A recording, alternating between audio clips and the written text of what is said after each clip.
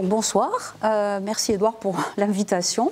Donc ce soir je vais vous parler d'hétérogénéité cognitive et neurobiologique des dyslexies développementales. Donc moi je suis chercheur CNRS, donc directrice de recherche au CNRS. Je travaille au laboratoire de psychologie et neurocognition à Grenoble. Mais avant de faire de la recherche, j'étais orthophoniste, donc j'ai eu une expérience clinique directe avec les enfants ayant des troubles du développement, et en particulier les dyslexies développementales, ce qui a pas mal motivé d'ailleurs les recherches que je mène depuis dans ce domaine. Un petit rappel rapide de l'importance de la littératie dans nos sociétés. Donc la lecture, c'est très important pour s'informer, bien sûr, pour le plaisir aussi. C'est une activité de loisir pour beaucoup de personnes. Mais à l'école, ça prend un statut différent, puisqu'en fait, ça va être le vecteur de l'ensemble des autres apprentissages. Et donc un enfant qui a des difficultés et un déficit d'apprentissage de la lecture, ça va rapidement conduire à un handicap au niveau scolaire. Et puis, l'écrit est devenu omniprésent dans nos sociétés, dans notre environnement, bien sûr, mais aussi dans le monde du travail, et de plus en plus dans les interactions entre personnes. Donc, les problèmes d'apprentissage de la lecture vont aussi conduire à un handicap au niveau social et professionnel. Alors, je vous conseille vivement le livre de José Moraes qui s'appelle « Lire, écrire et être libre » et qui vous montre combien la lecture est importante, même pour l'exercice de la citoyenneté et la démocratie. Alors, j'ai choisi de parler de dyslexie développementale, mais ça fait référence en fait à des troubles spécifiques de l'apprentissage de la lecture. Donc ces troubles, ils se manifestent dès le tout début de l'apprentissage de la lecture, et ce sont des enfants qui vont avoir une trajectoire développementale atypique, avec des écarts de performance en lecture qui se creusent par rapport aux autres enfants de la même classe d'âge. Alors ce que j'ai essayé de représenter ici, c'est le fait que le comportement de lecture, c'est le fruit de caractéristiques intrinsèques à la personne, mais d'interaction constante entre ces caractéristiques et son environnement. Donc évidemment, si l'enfant évolue dans un environnement très défavorable, par exemple une déprivation au niveau éducatif, eh bien, il peut développer des difficultés très importantes d'apprentissage de la lecture, mais on ne parlera pas dans ce cas-là de dyslexie développementale. La dyslexie, c'est un trouble qui a une origine neurocognitive.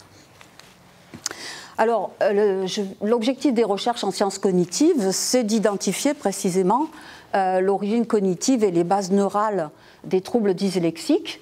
Et les sciences cognitives, elles font une promesse, en quelque sorte, d'application pratique directe en termes de remédiation.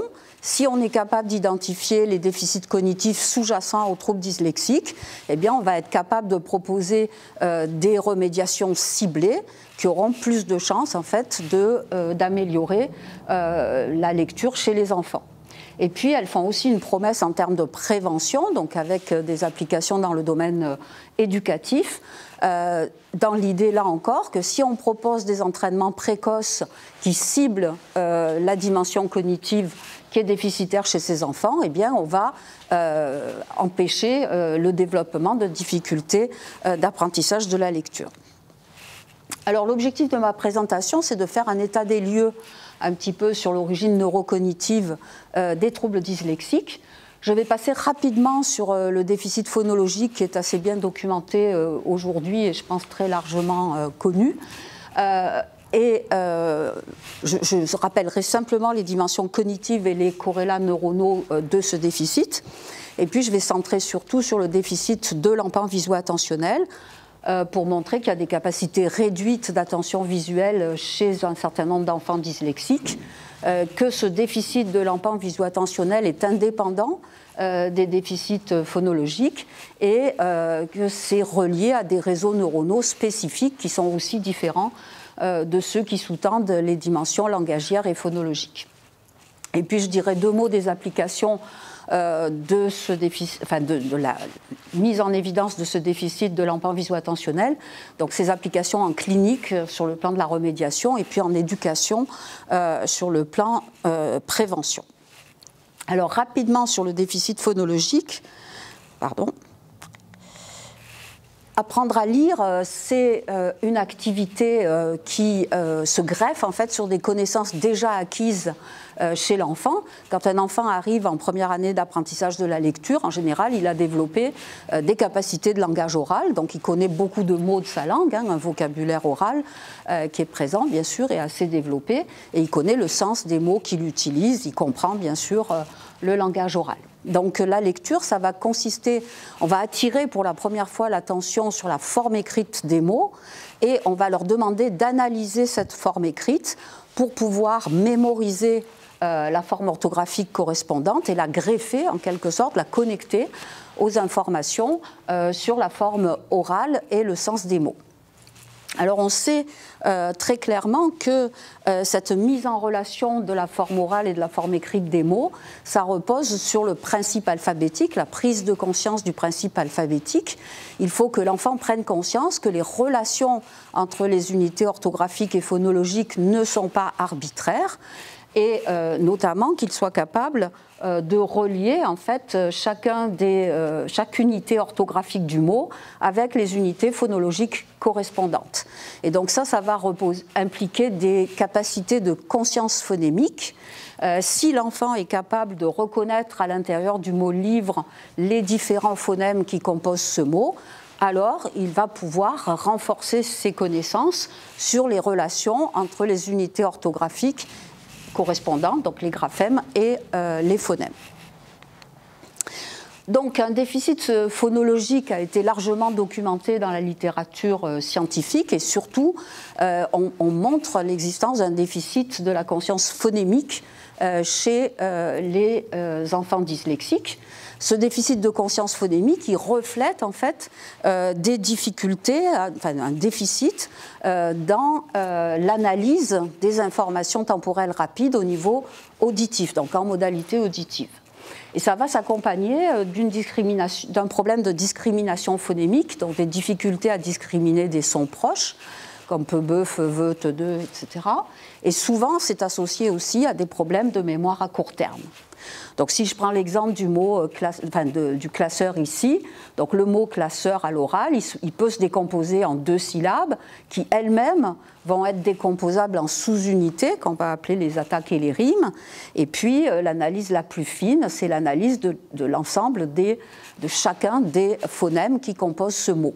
Et ce qui a été montré, c'est essentiellement un problème à ce niveau-là de conscience phonémique, donc chez les enfants dyslexiques. Ce déficit, il est associé en fait à un dysfonctionnement des régions périsylviennes gauche. Donc ce que je vous ai représenté ici, c'est un hémisphère gauche. Vous voyez la scissure de Sylvius est ici, et vous voyez les régions ici qui sont en rose et en vert sont des régions, enfin les régions en rose surtout, sont impliquées dans la lecture, mais elles sont communes aux activités de lecture et de langage oral. Et on va montrer en général une activation atypique de ces régions périsylviennes gauche chez les enfants qui présentent un déficit phonologique. Oula, pardon. Alors, ça a eu des implications fortes en clinique. Aujourd'hui, dans tout bilan, on demande de faire une évaluation systématique des capacités de conscience phonémique des enfants dyslexiques. Et on a aussi montré l'efficacité d'un entraînement spécifique de ces dimensions phonologiques. Donc si on entraîne de façon intensive les capacités phonologiques des enfants, en particulier la conscience phonémique, on va améliorer leur performance en lecture. Et il y a même des études comme celle-là de Simos et collaborateurs en 2002 qui montrent qu'on va obtenir des réactivations des régions périsylviennes gauche suite à un entraînement intensif de la conscience phonémique. Donc ici, vous avez une sous-activation de ces régions et on voit très clairement ici une réactivation suite à l'entraînement. Donc ça a conduit aussi a des applications dans le domaine de l'éducation.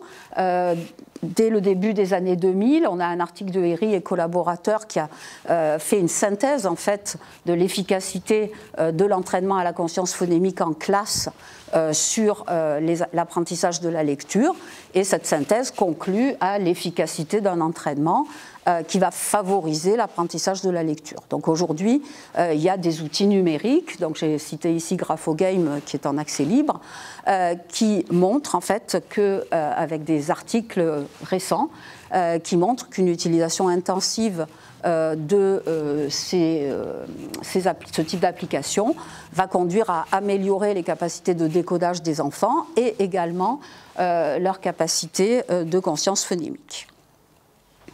Alors la question qui s'est posée, c'est de savoir si en fait un déficit phonologique était à lui seul explicatif des troubles dyslexiques ou si en fait il y avait d'autres types de déficits qui pouvaient aussi intervenir et être à l'origine des dyslexies développementales.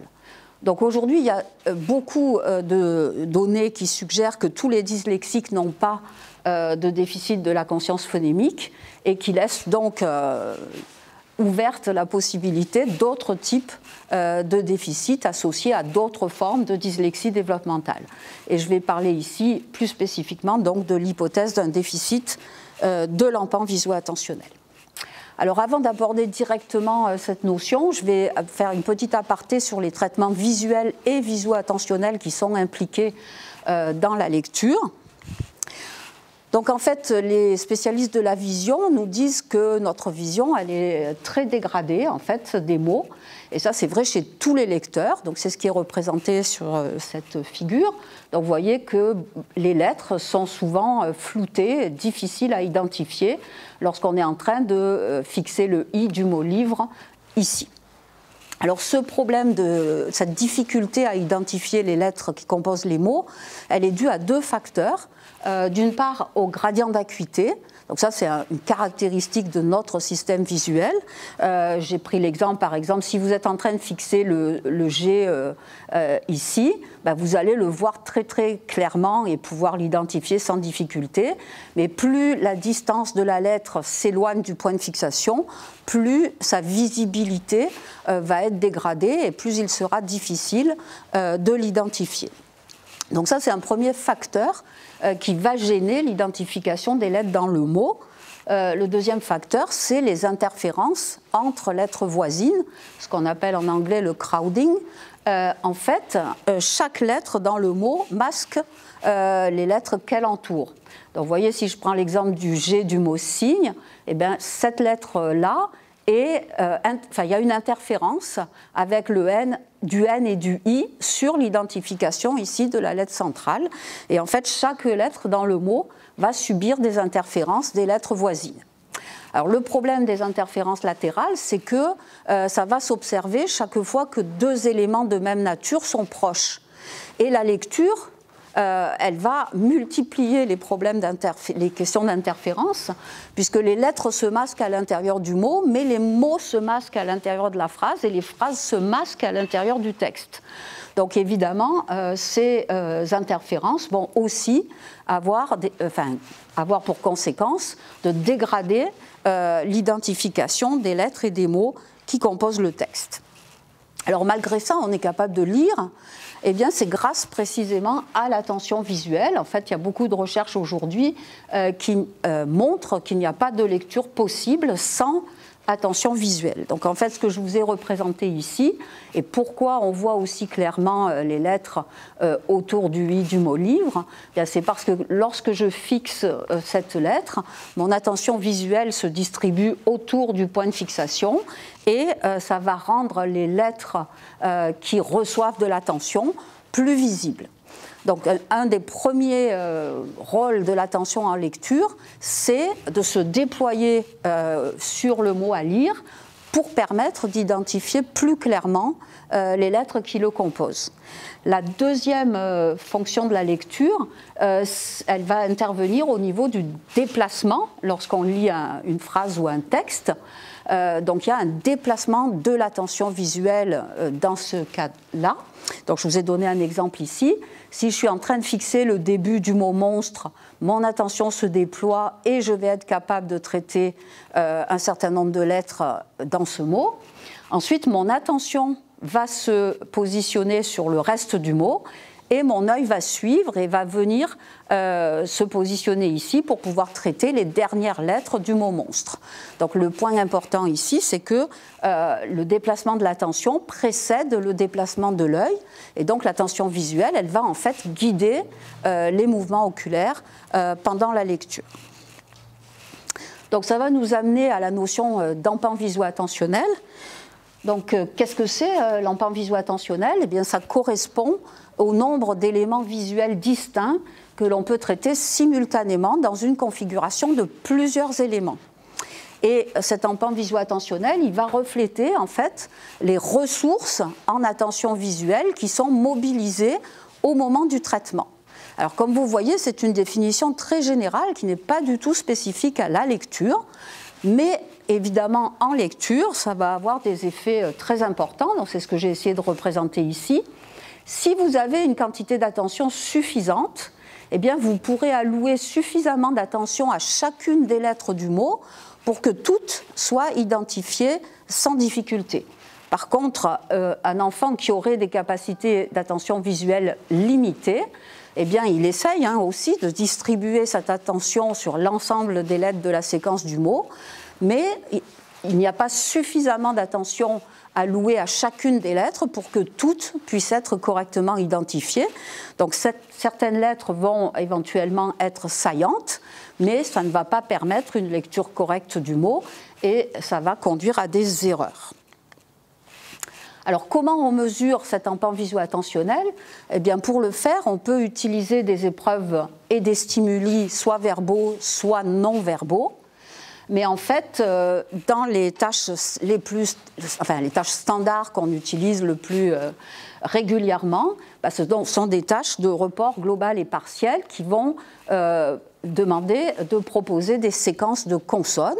Donc par exemple, en report global, on va proposer une séquence de 5 consonnes qui va être affichée à l'écran pendant un temps très court, 200 millisecondes ou moins.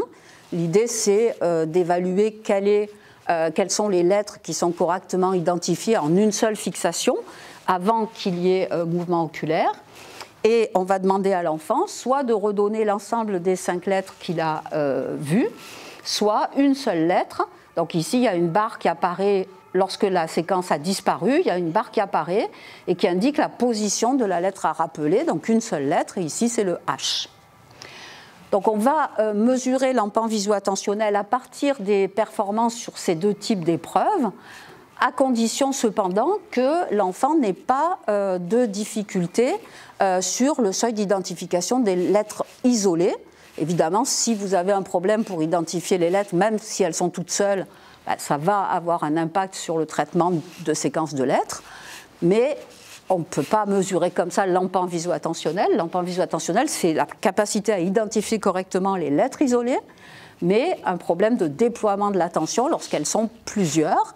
Donc il faut absolument ajouter cette épreuve de seuil d'identification de lettres comme contrôle.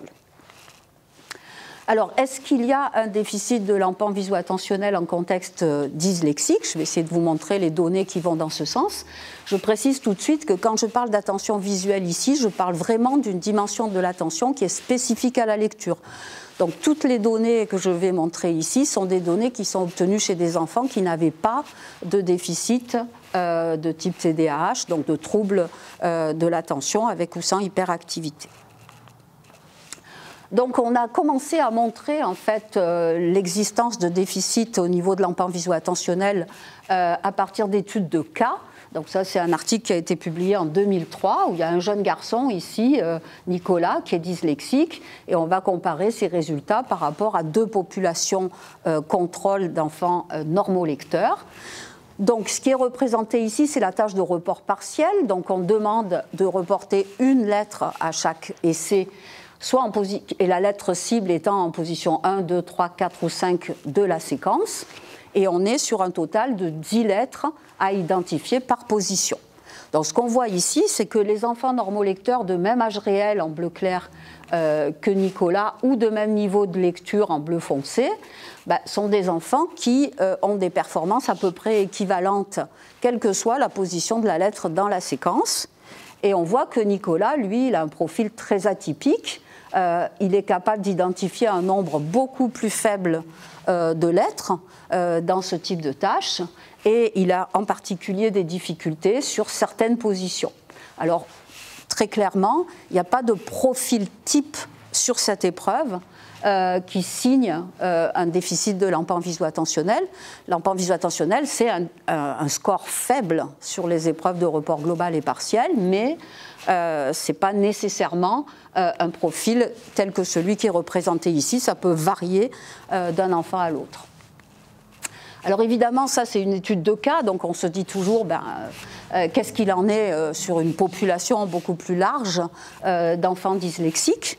Alors je vous montre ici les résultats d'une étude qui a été publiée par Marilyn Boss en 2007 sur des enfants francophones dyslexiques et normolecteurs, et elle a montré en fait que aussi bien en report global qu'en report partiel, les enfants dyslexiques en jaune avaient des scores sur les tâches d'empan viso-attentionnel significativement plus faibles que les enfants contrôle de même âge réel.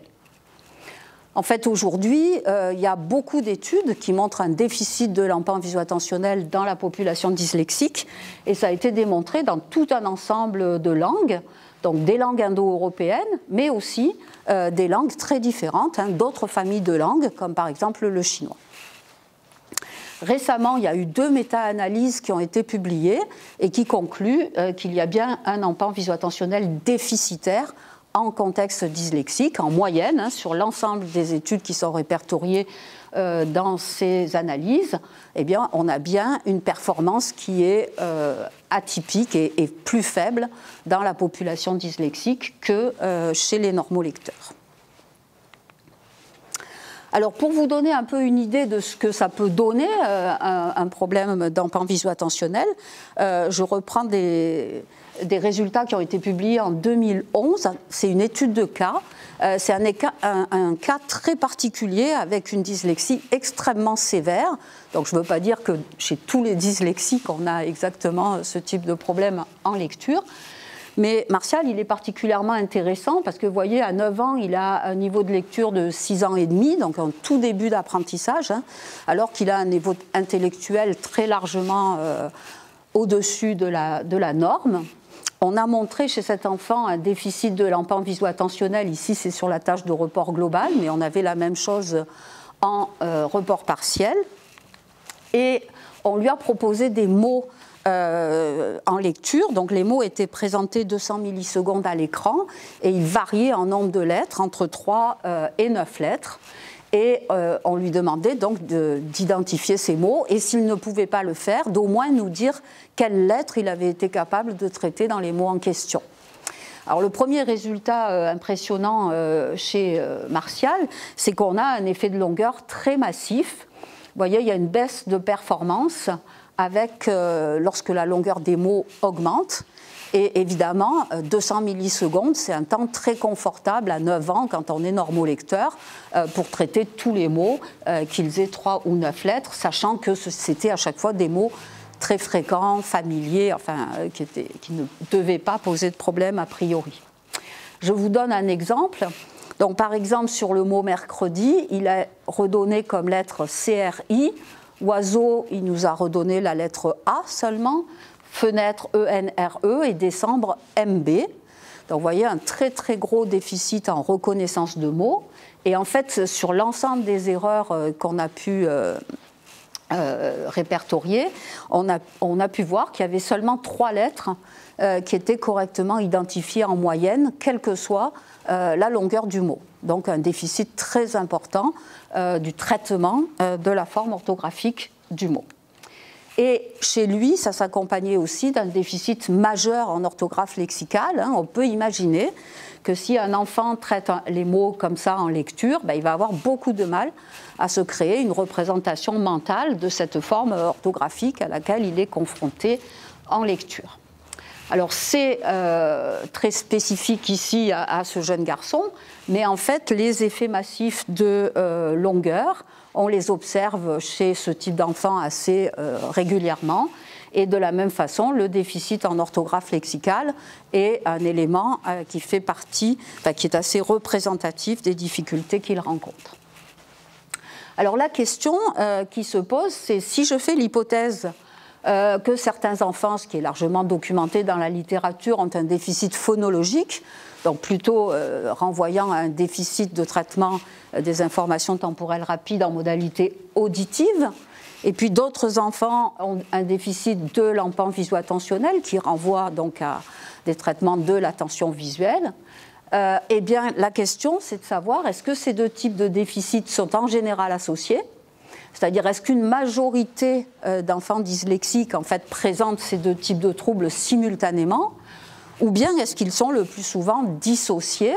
Donc j'ai plutôt la majorité des enfants qui ont un déficit unique, soit de la conscience phonémique, soit de l'empan viso-attentionnel.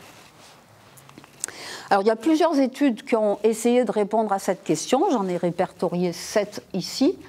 Dans ce que vous voyez là, c'est les études, dans toutes ces études, on a mesuré donc l'empan viso-attentionnel, les capacités de traitement phonologique des enfants et les capacités de traitement phonologique des enfants. Et vous voyez la proportion dans chacune de ces populations d'enfants qui présentent donc un déficit unique de l'empan viso-attentionnel, c'est en jaune, un déficit unique phonologique, c'est en bleu clair, un double déficit en grisé ou aucun des deux en blanc. Donc ce qui ressort assez clairement, c'est qu'il n'y a pas vraiment de consensus entre ces résultats. Il y a notamment une grosse différence entre les 5 premières études ici, où on a quand même un pourcentage non négligeable d'enfants qui ont un trouble isolé de l'empan viso-attentionnel, et un nombre assez limité, une proportion assez limitée d'enfants qui ont un trouble mixte en fait des deux dimensions qui sont considérées ici. Et puis les 2 dernières études, où c'est le contraire, les enfants avec déficit isolé de l'empan viso-attentionnel sont quasi inexistants, ou très rares en tout cas, dans ces 2 populations-là. Et par contre, on a une assez forte proportion d'enfants qui ont un double déficit. En fait, la grosse différence entre les 5 premières études et les 2 dernières, c'est qu'on ne met pas, on ne définit pas le trouble phonologique de la même façon. En fait, les premières études, les 5 premières, elles vont considérer un déficit de la conscience phonémique chez les enfants dyslexiques, et les 2 dernières, elles vont en fait prendre en compte à la fois un problème de conscience phonémique et un problème de dénomination rapide, comme étant tous les 2 représentatifs de difficultés de traitement phonologique. Donc ces études, elles permettent quand même de conclure qu'il y a bien une dissociation entre empan viso-attentionnel et déficit de la conscience phonémique. Et d'ailleurs, c'est tout à fait en accord avec les études qui portent sur des analyses de régression et qui vont montrer aussi bien chez l'enfant normolecteur que chez les enfants dyslexiques que les capacités d'empan viso-attentionnel et les capacités de conscience phonémique sont 2 prédicteurs indépendants des capacités de lecture des enfants.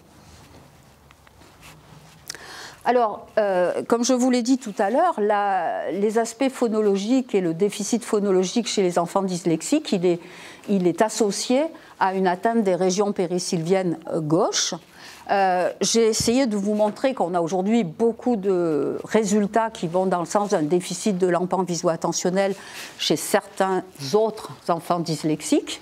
Et la question, c'est évidemment quels sont les corrélats cérébraux de l'empan viso-attentionnel et est-ce qu'ils sont similaires ou différents de ceux qui sont impliqués dans les traitements phonologiques. Alors, les premières études qu'on a menées sur le sujet ont porté uniquement sur des dyslexiques qui avaient un déficit de l'empan viso-attentionnel. Donc l'idée, c'était quels sont les corrélats cérébraux de l'empan viso-attentionnel. Donc on va se focaliser sur des populations d'enfants dyslexiques chez qui on a bien montré au niveau comportemental l'existence d'un déficit de l'empant viso-attentionnel. Donc on leur a proposé des épreuves de traitement simultané de plusieurs éléments, de plusieurs sortes, hein, on avait un exemple ici. Et ce qu'on a montré en fait dans ces études-là, c'est que ce type de tâche qui implique de traiter, eh bien ça va activer chez les normolecteurs les lobules pariétaux supérieurs bilatéralement, donc ce que vous avez représenté ici. Et on a pu montrer dans l'ensemble de ces études que les enfants dyslexiques qui avaient un déficit de l'empant viso-attentionnel au niveau comportemental sous-activaient ces lobules pariétaux supérieurs. Donc ça nous incitait à penser qu'il y avait bien un déficit, enfin les corrélats de l'empant viso-attentionnel étaient les lobules pariétaux supérieurs bilatéralement. Alors évidemment, ça ne suffit pas parce que la question, c'est de savoir est-ce que c'est vraiment spécifique à ce trouble de l'empant viso-attentionnel. Donc il faut absolument comparer d'une part des enfants dyslexiques avec déficit de l'empant viso-attentionnel et d'autre part d'autres enfants avec déficit phonologique et les comparer à la fois sur des tâches de conscience phonémique et sur des tâches d'empant viso-attentionnel. Donc la première étude qui a fait ça, elle a été publiée en 2012 et c'était la comparaison de deux jeunes adultes dyslexiques. Donc le premier présentait en fait un déficit phonologique de conscience phonémique au niveau comportemental, mais n'avait pas de déficit sur les tâches d'empant viso-attentionnel. Et le second, c'est l'inverse, il n'avait pas de déficit au niveau des traitements phonémiques, mais un déficit de l'empant viso-attentionnel. Donc la question était bien sûr, qu'est-ce qui va se passer si on leur propose une tâche phonologique? Donc ici on a utilisé une tâche de jugement de rime, donc ils voyaient à l'écran deux lettres qui se suivaient, D, P, et ils devaient dire est-ce que ça rime ou pas, donc DP oui, BF non. Donc ce qu'on a pu montrer, c'est que chez les normolecteurs, cette tâche va impliquer l'activation de deux régions cérébrales périsylviennes gauche, frontale et le gyrus supramarginal. Vous voyez que ces deux régions, elles sont également activées au niveau des normolecteurs chez le participant dyslexique qui a de bonnes capacités de traitement phonologique. Par contre, c'est l'autre participant qui a un déficit au niveau comportemental sur les tâches de conscience phonémique qui va montrer une sous-activation des régions qui ont été activées chez les normolecteurs au cours de la tâche. Donc ça suggère que le déficit phonologique est vraiment lié, enfin le dysfonctionnement périsylvien et le déficit phonologique sont liés, mais ce ne sont pas des caractéristiques de l'ensemble des personnes de la population dyslexique. Alors évidemment, il faut faire l'inverse. Donc si on propose maintenant des tâches d'empant viso-attentionnel qui requièrent de traiter plusieurs informations visuelles en même temps, donc comme je vous l'ai dit, ça active les lobules pariétaux supérieurs bilatéralement chez les sujets normolecteurs. Vous voyez que elle qui a un problème phonologique mais pas de difficulté au niveau de l'empant viso-attentionnel active absolument normalement ces régions des lobules pariétaux supérieurs. Et c'est maintenant FG, qui lui a un déficit au niveau comportemental, qui va montrer une sous-activation des régions pariétales supérieures. Donc là encore, on a un lien entre déficit de l'empant viso-attentionnel et dysfonctionnement des lobules pariétaux supérieurs bilatéralement, mais ce n'est pas, encore une fois, une caractéristique de l'ensemble des personnes dyslexiques. Donc cette étude, elle est intéressante parce qu'elle montrait en fait une double dissociation, à la fois au niveau cognitif et au niveau neuronal. Donc ça suggère, ça va dans le sens en tout cas, de l'existence de sous-types distincts de dyslexie qui sont caractérisés par des déficits neurocognitifs différents. Alors, ce qui est tout à fait intéressant, c'est qu'une étude très récente de Liu et collaborateurs a utilisé une méthode totalement différente. Ils ont étudié la connectivité cérébrale chez des populations d'enfants dyslexiques et non dyslexiques. Là encore, les enfants passaient des tâches d'emprunt visuo-attentionnel et des tâches de conscience phonémique et aussi des tâches de dénomination rapide. Et ils ont montré qu'en fait, la variabilité de performance au niveau de l'emprunt visuo-attentionnel, enfin, sur les tâches d'emprunt visuo-attentionnel, correspondait à un réseau particulier de l'hémisphère gauche, qui est le réseau occipito-temporal gauche. Et vous voyez que ce réseau inclut les lobules pariétaux supérieurs, donc il y a une certaine cohérence par rapport aux données obtenues en IRMF. Et ce qui est tout à fait intéressant aussi, c'est que la variabilité de performance sur les tâches de conscience phonémique chez les dyslexiques, eh bien, elles vont correspondre à deux autres réseaux qui sont totalement différents, comme vous pouvez voir ici. Donc, un réseau temporo-pariéto-occipital qui inclut plusieurs régions périssylviennes gauche, et puis un réseau très frontal ici, qui est aussi impliqué dans ces traitements. Donc cette étude, elle va aussi dans le sens qu'il y a des différences au niveau de la connectivité cérébrale selon le type de déficit cognitif que présentent les enfants dyslexiques et que des réseaux neuronaux différents sont liés en fait au déficit de l'emprunt visuo-attentionnel et de la conscience phonémique. Donc tout ça, ça nous amène à l'idée que il y a certains enfants dyslexiques qui ont un déficit phonologique avec un problème qui concerne plutôt la modalité auditive, d'autres qui ont un déficit de l'emprunt visuo-attentionnel où on a un problème plutôt au niveau de la modalité visuelle. Et ces deux types de déficits sont associés à des régions cérébrales différentes. Donc là encore, ça va tout à fait dans l'idée de deux sous-types neurocognitifs distincts. Donc évidemment, ça a des implications fortes, à la fois en termes de diagnostic et de remédiation. Alors déjà, s'il y a des troubles cognitifs distincts à l'origine de différentes, des dyslexies développementales, eh bien, il faut faire évidemment une évaluation systématique de ces deux dimensions, à la fois la conscience phonémique et l'emprunt visuo-attentionnel, chez tout enfant qui a été diagnostiqué dyslexique. Donc il y a aujourd'hui un outil, EVADIS, qui est disponible pour les cliniciens et qui permet d'évaluer l'emprunt visuo-attentionnel, aussi bien au primaire qu'au secondaire ou à l'âge adulte. Alors, si on montre qu'il y a un déficit de l'emprunt visuo-attentionnel chez un enfant, après, il faut lui proposer une prise en charge rééducative ciblée, qui correspond au type de déficit qui a été mis en évidence. Donc, on a proposé, on a validé deux outils, qui s'appellent Coreva et l'autre qui s'appelle Maeva. Donc, je vais vous parler rapidement de Maeva.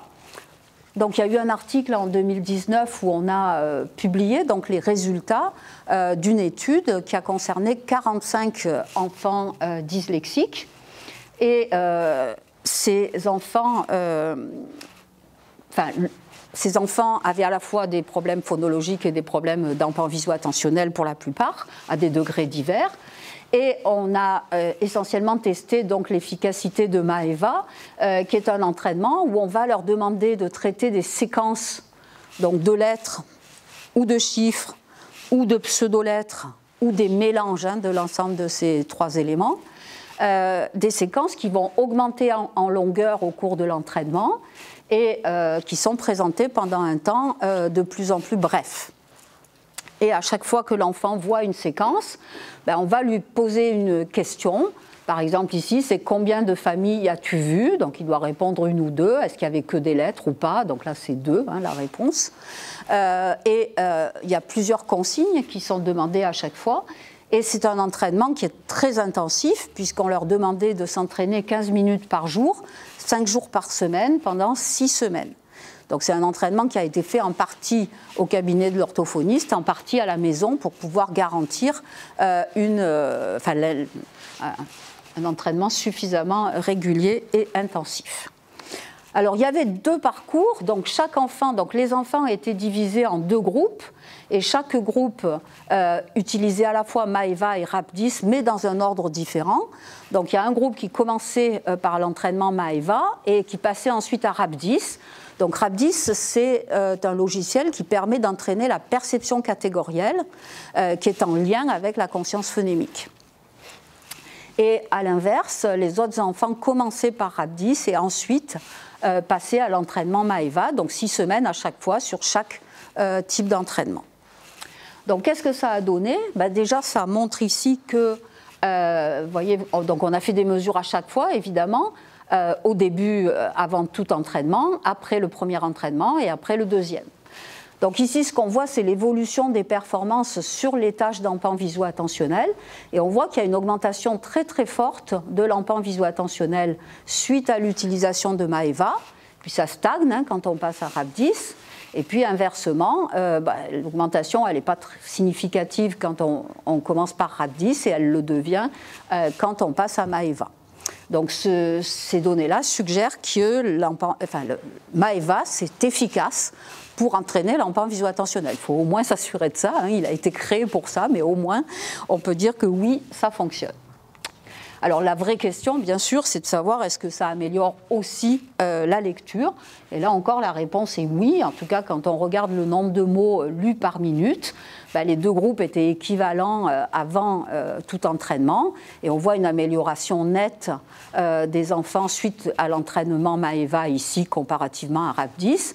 Et ensuite, ça s'inverse pour la deuxième phase d'entraînement, où le passage à Maeva provoque une amélioration chez les enfants qui l'utilisent en deuxième intention. Donc, on a ici des données qui suggèrent que si j'entraîne l'empan viso-attentionnel chez des enfants dyslexiques, je suis capable d'améliorer leur performance en lecture. Évidemment, les données qu'on recueille à partir de l'étude des dyslexies, elles nous informent aussi sur les mécanismes qui sont importants pour l'apprentissage de la lecture chez tout le monde. Donc si vraiment il y a un déficit de conscience phonémique qui perturbe l'apprentissage chez les enfants dyslexiques, alors un entraînement de la conscience phonémique va aider tous les enfants au moment en début d'apprentissage.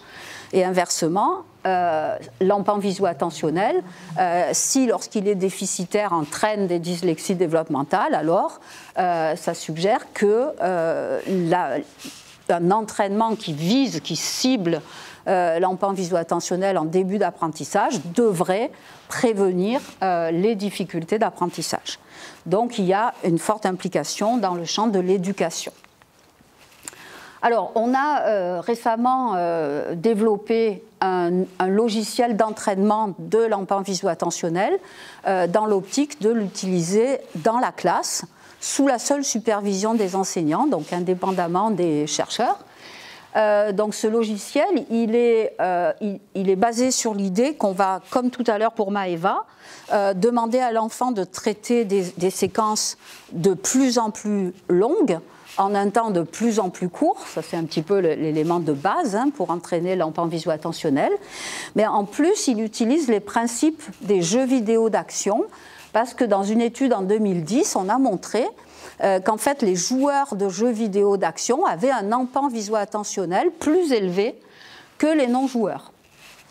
Donc on rajoute cet élément des jeux vidéo d'action, des principes des jeux vidéo d'action dans le logiciel Évasion. Et c'est un logiciel qui propose une progression personnalisée. Donc il y a un algorithme adaptatif qui va permettre en fait d'ajuster le niveau d'exercice aux besoins de chaque joueur. Donc ce logiciel, il a été proposé en classe à des enfants de cours préparatoires.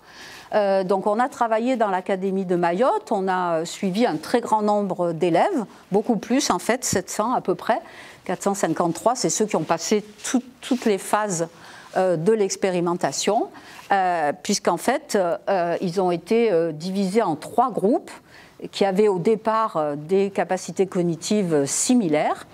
Et un groupe a utilisé Évasion, un autre groupe a utilisé un logiciel qui n'entraîne pas l'enfant visuo-attentionnel et qui n'avait pas grand-chose à voir. Et puis le dernier groupe est un groupe qui suit l'école comme d'habitude, mais qui n'a pas d'entraînement spécifique.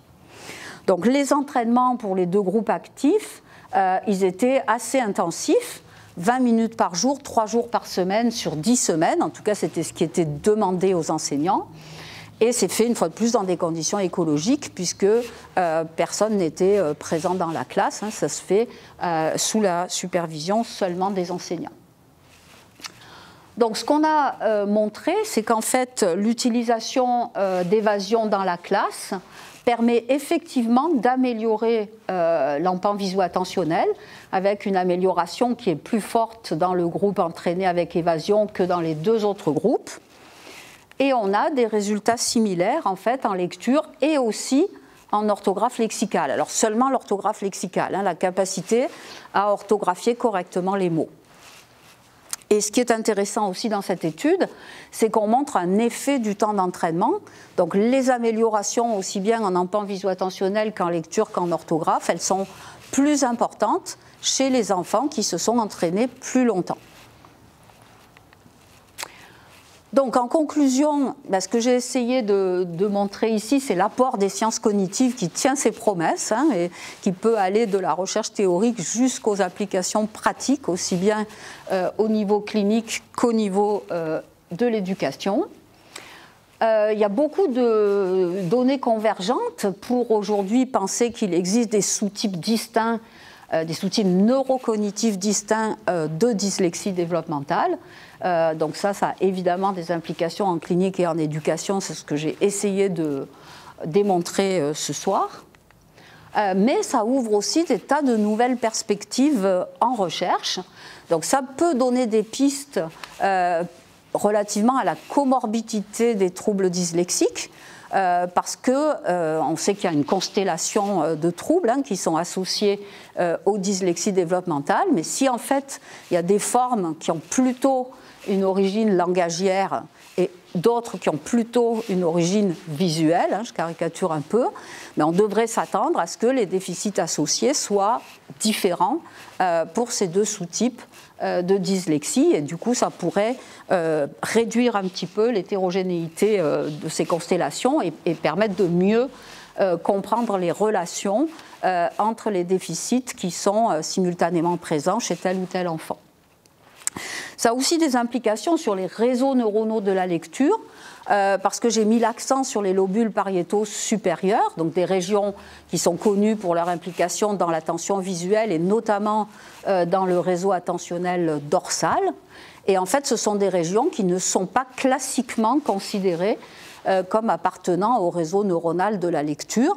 Et en fait, on connaît assez mal leur implication dans l'activité de lecture. Donc je pense qu'il y a beaucoup de recherches à poursuivre pour mieux comprendre exactement comment ces régions attentionnelles interviennent dans l'activité de la lecture et comment elles interviennent en coordination avec les autres régions cérébrales impliquées dans la lecture. Et puis évidemment, ça a des conséquences assez fortes sur les modèles du système cognitif de lecture. Je vais juste terminer là-dessus. Donc je pense que ça devrait ouvrir sur de nouvelles générations des modèles computationnels de la lecture. Donc aujourd'hui, on a des modèles computationnels, quelques modèles computationnels de l'apprentissage de la lecture, pas beaucoup d'ailleurs, c'est au tout début, hein, les recherches dans ce domaine-là. Mais les modèles existants aujourd'hui, même lorsqu'ils mettent l'emphase sur l'aspect décodage, hein, dans l'importance du décodage dans l'apprentissage de la lecture et le développement de ces capacités de lecture, eh bien, ils ne modélisent pas en fait les mécanismes qui sous-tendent les capacités de conscience phоnémique.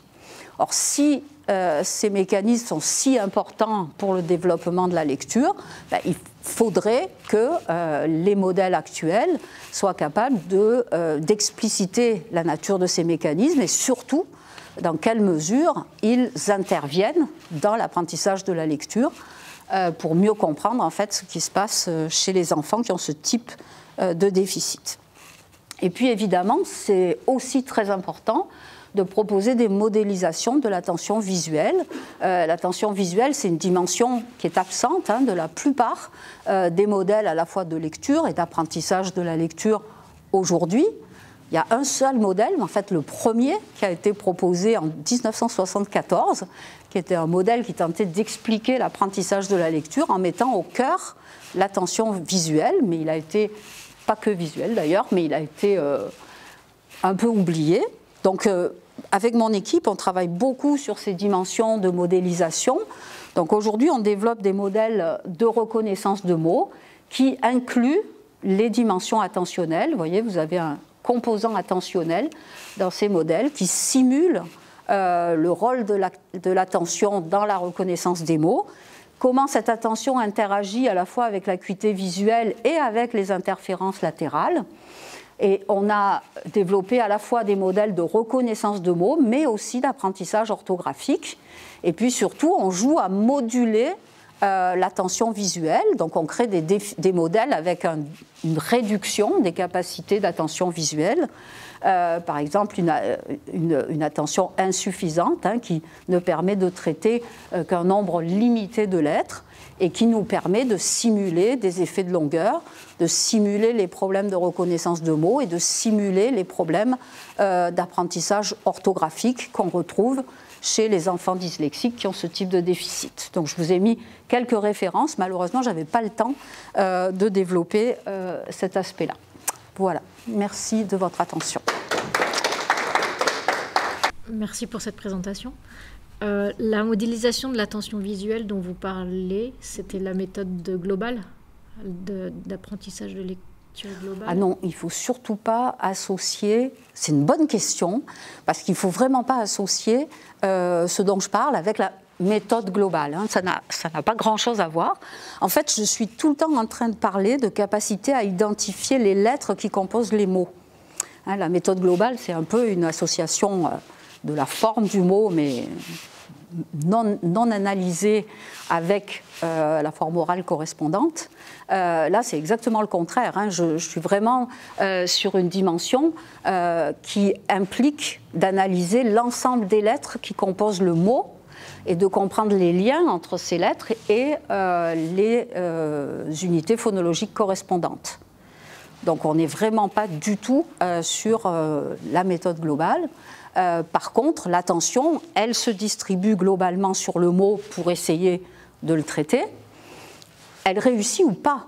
C'est pour ça qu'on n'est pas tout le temps dans un traitement global. Souvent, évidemment, quand on est en début d'apprentissage, et si je n'ai pas de représentation mentale en mémoire de ce mot, je ne vais pas être capable de le traiter.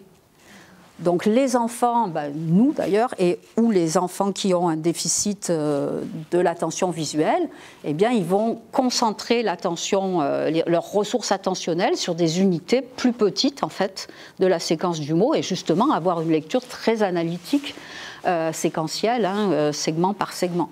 Donc pas du tout de nature globale. Et juste dans le même esprit, peut-être que ça va être la même erreur, est-ce que la modélisation de conscience phonémique, c'est ce qu'on retrouve dans la méthode de lecture des alphas?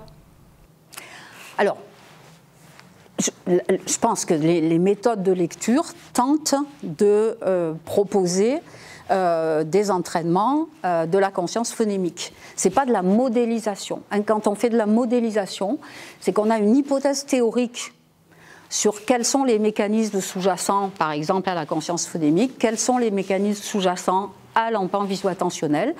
Et je suis capable de créer un modèle mathématique où je vais implémenter ces mécanismes et étudier leur interaction avec tous les autres facteurs qui interviennent dans l'apprentissage de la lecture. Et surtout, ce qui est intéressant en modélisation computationnelle, c'est qu'on est capable de vraiment simuler le comportement. C'est-à-dire, on va demander à un modèle qui a, par exemple, des capacités d'attention visuelle limitées, de traiter des mots. Et on va pouvoir vérifier s'il les traite correctement ou s'il fait des erreurs. Et s'il fait des erreurs, est-ce que ça correspond aux erreurs qu'on observe chez des personnes qui ont ce même déficit? Je pense que j'ai deux questions. Je vous en prie.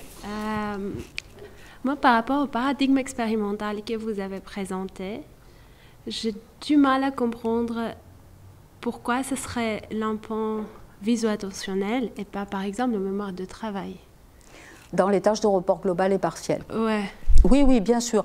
Ces tâches, elles ont été énormément critiquées parce que, oui, mais j'assume, hein, parce que on a dit, ah, vous utilisez des lettres, donc c'est verbal, parce qu'il y a une étiquette verbale derrière, vous utilisez plusieurs éléments, donc il y a la mémoire de travail, etc. Ce sont des remarques tout à fait pertinentes. J'ai un article en 2022, Val-d'Oise 2022 dans Dyslexia, qui essaye de répondre à toutes ces questions. Alors ça va être plus difficile en 5 minutes, mais d'abord on a montré que ça ne marchait pas qu'avec du matériel verbal, hein, ça marche aussi avec du matériel non verbal, donc l'aspect purement verbal peut être éliminé, et on a une estimation de l'empan visuo-attentionnel qui est très similaire. Mémoire de travail, ça va marcher beaucoup, bien sûr, dans...